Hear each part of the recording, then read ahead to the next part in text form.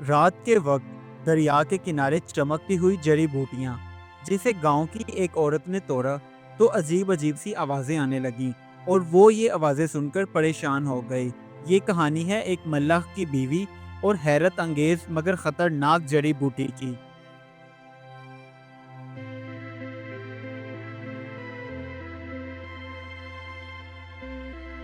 دریا کے کنارے ایک چھوٹی سی جھونپڑی میں ایک ملح بشیر اور اس کی بیوی رخسانہ دونوں غربت کی زندگی گزار رہے تھے، مگر پھر بھی ان کے دل میں سکون موجود تھا۔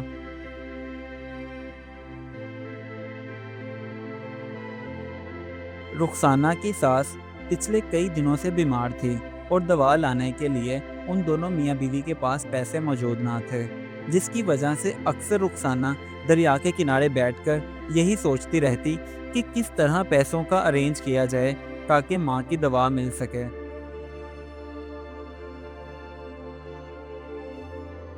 ایک دن رخسانہ گاؤں کے بازار میں گھوم رہی تھی تو وہاں اسے جڑی بوٹیوں سے علاج کرنے والی ایک کتاب ملی۔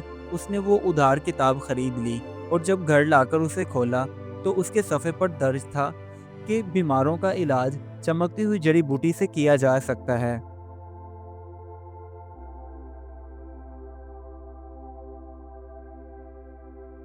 اگلے دن جب سورج غروب ہو چکا تھا اور ہر طرف سناٹا تھا تو رخسانہ اکیلے ہی جڑی بوٹی کی تلاش میں دریا کی طرف نکل گئی۔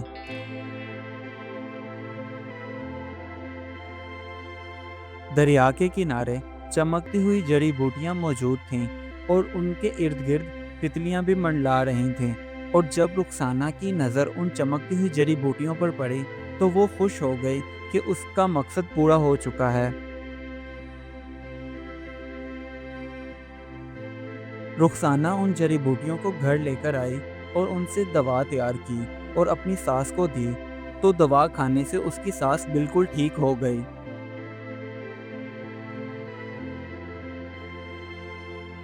اس نے یہ جڑی بوٹی کا راز اپنے شوہر بشیر سے بھی چھپایا، لیکن بشیر کو شک ہو چکا تھا کہ اچانک سے اس کی ماں کیسے ٹھیک ہو گئی، وہ بھی بنا کسی دوا کے۔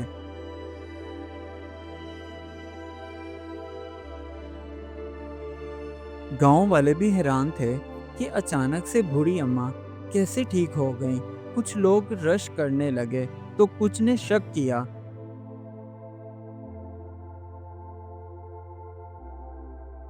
رخسانہ کے دل میں اب لالچ پیدا ہو چکا تھا۔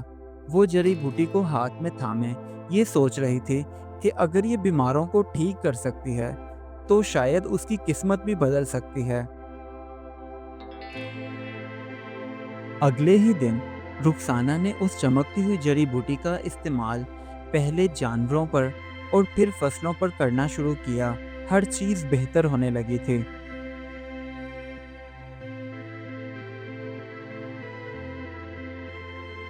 چند دنوں بعد گاؤں کی ہری بھری فصلیں خشک ہونے لگیں اور جانوروں کے جسم پر بھی عجیب طرح کے نشان نمودار ہوئے، جس کی وجہ سے وہ بیمار رہنے لگے۔ ایسا لگ رہا تھا جیسے چمکتی ہوئی جڑی بوٹی کا اثر الٹا ہو رہا ہو۔ یہ سب دیکھنے کے بعد گاؤں کے سبھی لوگ رات کے وقت رخسانہ کے گھر کے باہر جمع ہوئے اور اس پر جادو اور نحوست کا الزام لگایا، کیونکہ وہ سب جان گئے تھے کہ ان سب کے پیچھے رخسانہ کا ہی ہاتھ ہے۔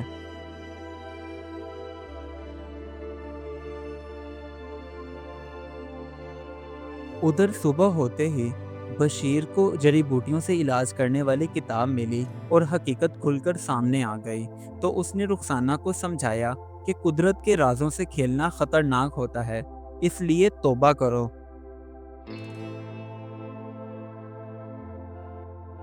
رات کے وقت رخسانہ اس جڑی بوٹی کو لے کر دوبارہ دریا کے کنارے گئی اور اسے وہاں دفنا دیا اور سچے دل سے توبہ کی۔ اس بار اس کی آنکھوں میں پچھتاوا تھا۔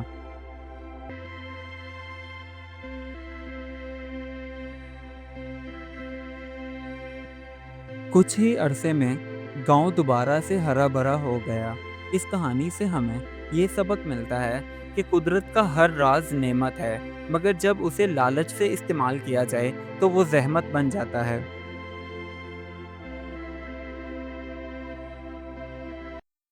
Do like my videos and don't forget to subscribe my YouTube channel. Also press the bell icon.